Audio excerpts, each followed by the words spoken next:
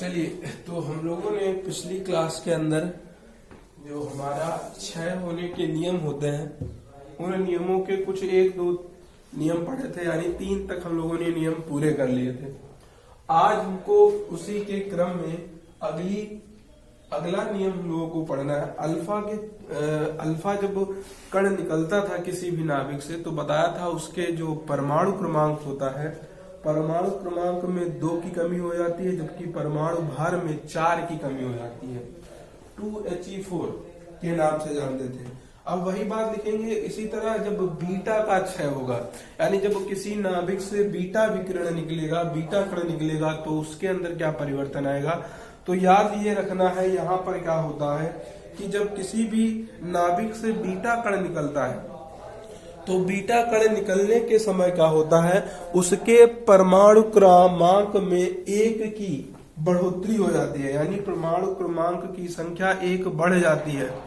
और जो परमाणु भार होता है उसमें कोई भी अंतर नहीं आता है, परमाणु भार में कोई भी अंतर नहीं आता है। तो हम लोग लिखेंगे चौथे पॉइंट में, बीटा कण क्षय के दौरान, बीटा कण क्षय के दौरान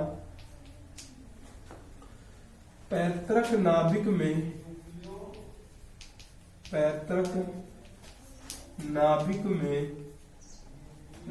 के परमाणु क्रमांक में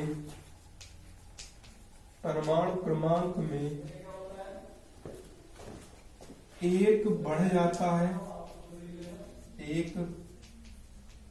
जाता है, तथा परमाणु भार में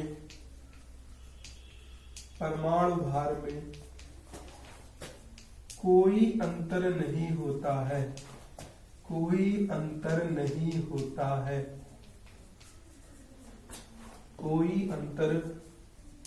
नहीं होता है। जैसे अगर बात करें कि कोई तत्व हमारा पैतृक नाभिक X मान लिया, इसका परमाणु क्रमांक Z है, परमाणु भार A है। अब इसके अंदर से भैया बीटा कण 1 निकल गया है। अच्छा, बीटा कण निकलेगा तो क्या होगा, इसके परमाणु क्रमांक में क्या हो जाती है, 1 की संख्या परमाणु क्रमांक में 1 बढ़ जाता है। तो यहाँ पर Z है तो Z में 1 बढ़ जाएगा, क्या हो जाएगा, Z प्लस में 1।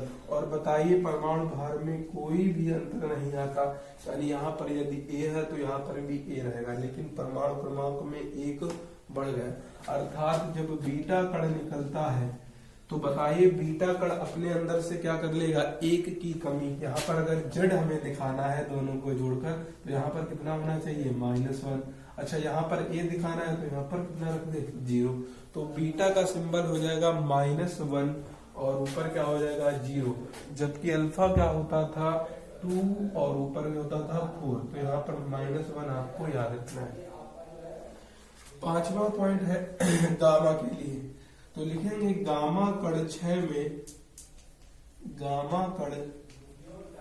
के दौरान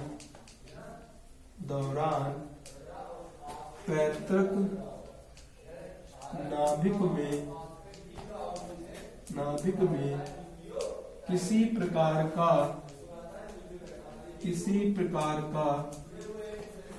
कोई भी परिवर्तन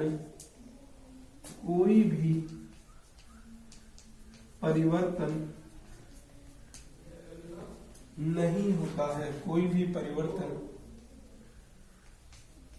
नहीं होता है। जैसे मान लीजिए यहाँ पर हमारा कोई नाभिक दिया है X Z A और यहाँ से हमने गामा कण निकाल दिया है, तो बताइए और हाँ, यहाँ पर ये नाभिक X ही नहीं बना है, बदल जाएगा, X के अलावा कोई दूसरा हो सकता है, मान लीजिए Y। अब यहाँ पर जब गामा कण निकला तो कोई भी परिवर्तन नहीं होगा, यानी A यहाँ पर है, Z यहाँ पर ही रहेगा, यानी ये नाभिक वही बना रहेगा। और जब गामा निकल जाएगा तो 0 ऊपर रहेगा और 0 नीचे, यानी किसी भी प्रकार का परिवर्तन नहीं हो रहा है यहाँ पर। अब अगला पॉइंट हमको एक और पढ़ना है, फिर इसके बाद हम लोग नया टॉपिक स्टार्ट करेंगे। एक बार सबसे पहले इसका स्क्रीनशॉट ले लीजिए, फिर एक पॉइंट और पढ़ा के खत्म किया जाए इसको।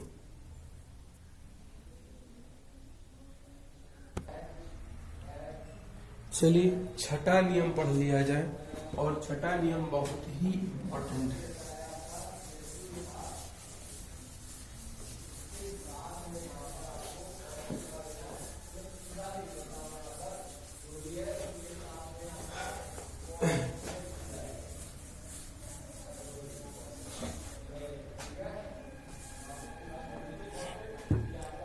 तो अगली बात है हमारी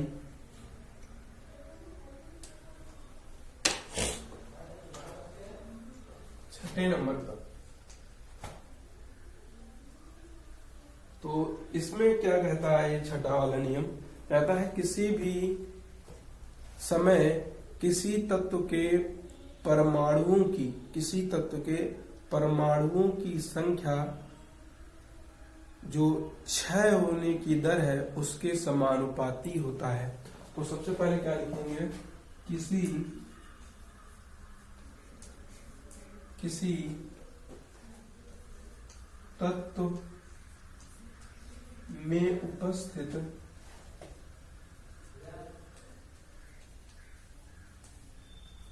किसी तत्व में या किसी पदार्थ में उपस्थित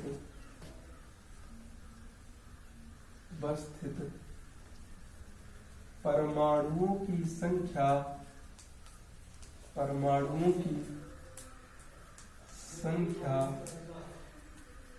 उसके क्षय होने की दर के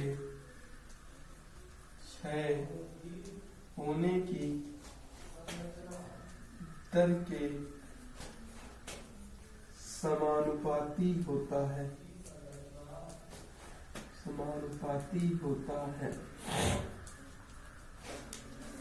क्या है अर्थ? मान लीजिए कोई संख्या है वो dn बाई, अगर दर हो तो समय में बटे में क्या आ जाता है दर।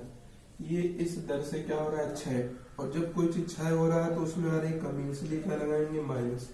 तो ये क्या हो गई? क्षय होने की दर। क्या चीज क्षय हो रहा है? परमाणुओं की संख्या। किसके समानुपाती? उसमें उपस्थित परमाणुओं की संख्या के क्या है? समानुपाती। इसका अर्थ यही तो हुआ कि क्षय होने की जो दर है उसमें उपस्थित परमाणुओं की संख्या के क्या है? समानुपाती। अच्छा, समानुपात हटाए अगर dn बाई dt, समानुपात हटाए तो बराबर लाए, साथ ही साथ एक नियतांक लेके आते हैं n, और ये एक बन गया आपका सूत्र टाइप में, और इसको याद रखना है। और यहाँ पर n क्या है? एक प्रकार का नियतांक है, और इस नियतांक का नाम रखा जाता है क्षय नियतांक। क्या रखा जाता है भाई? इस नियतांक का नाम क्षय नियतांक। तो लिखेंगे जहां लैम्डा क्षय नियतांक है,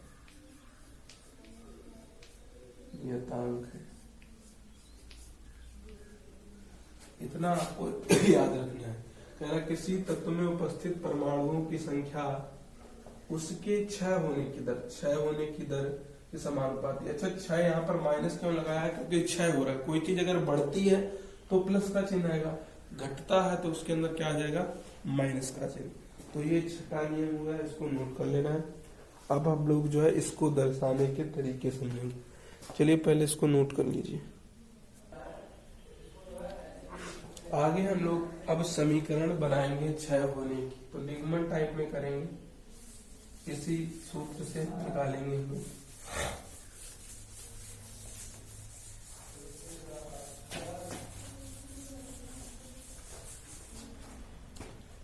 तो अगली हेडिंग रहेगी क्षय होने का निबंधन।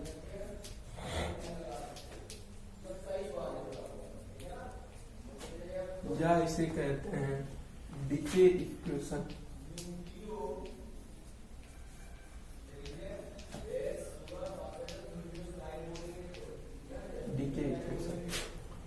चलिए देखते हैं। हमने अभी समीकरण लिखी थी एक, माइनस का dn अपान में dt बराबर लैम्डा n।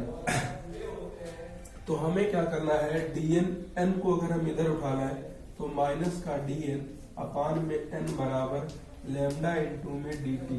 दोनों तरफ क्या कर दे भाई, दोनों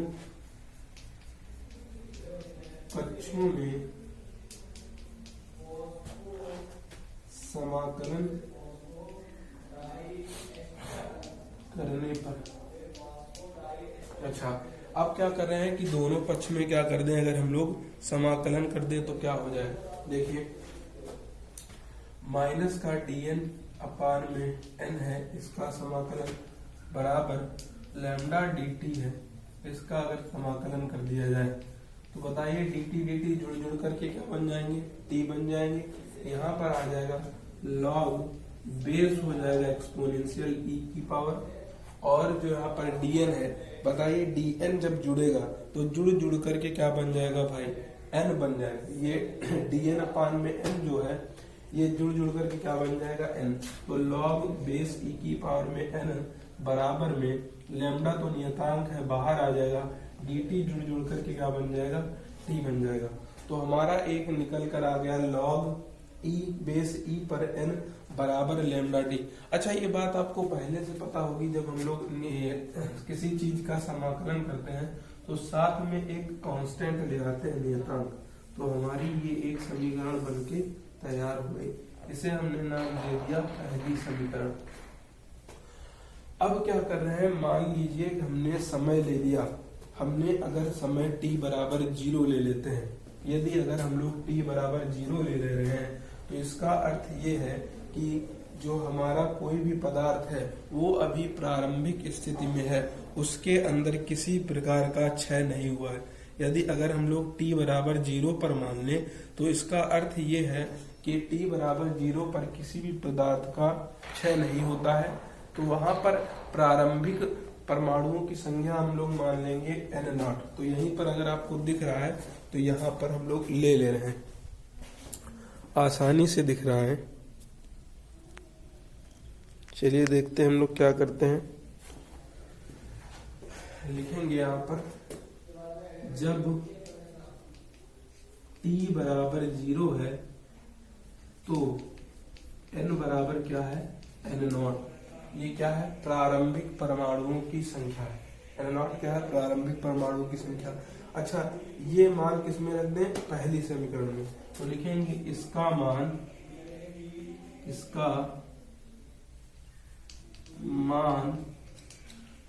पहली समीकरण में रखने पर।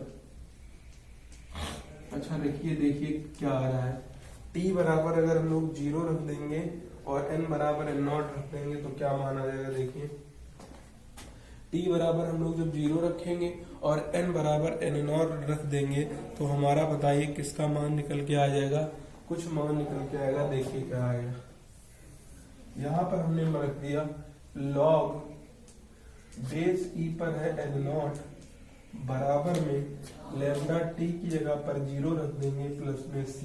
अच्छा, जब ये 0 हो जाएगा तो बताइए log e n0 बराबर क्या आ जाएगा, c।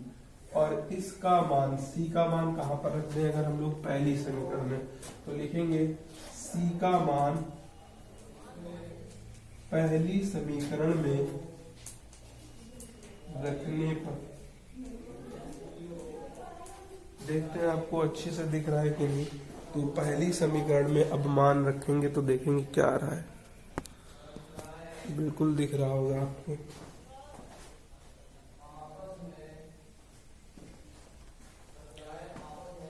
अब रखिए भाई मान पहली समीकरण में, तो log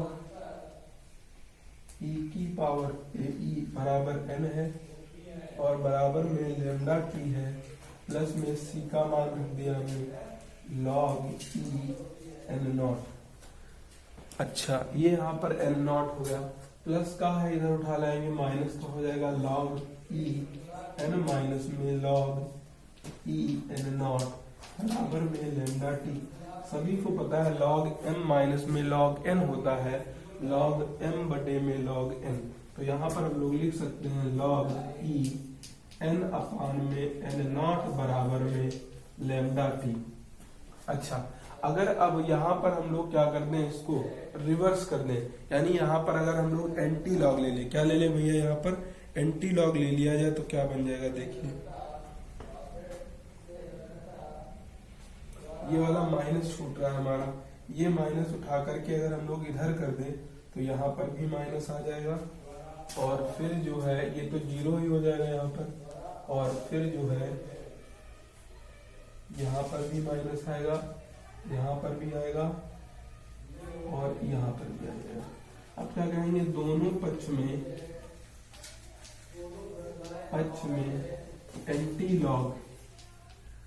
एंटी लॉग या फिर इसी को कहते हैं लॉग इनवर्स लेने पर,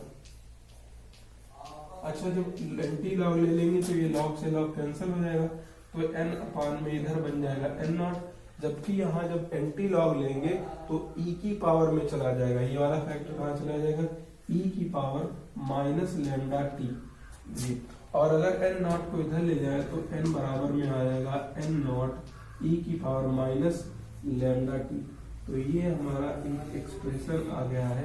किसी भी अगर परमाणु की संख्या निकालना है तो सबसे पहले प्रारंभिक परमाणुओं की संख्या पता होना चाहिए, क्षय नियतांक पता होना चाहिए, टी का मान पता होना चाहिए कितने समय पर, तो हम लोग इतने समय के बाद उस तत्व में उपस्थित परमाणुओं की संख्या इस तरीके से निकाल सकते हैं। तो ये डेरिवेशन आपको एक बार प्रैक्टिस 1-2 बार कर लेना है, बढ़िया से आपके दिमाग में छप जाएगा। चलिए इसको आप स्क्रीनशॉट लेंगे, फिर मिलेंगे हम लोग नेक्स्ट वीडियो में।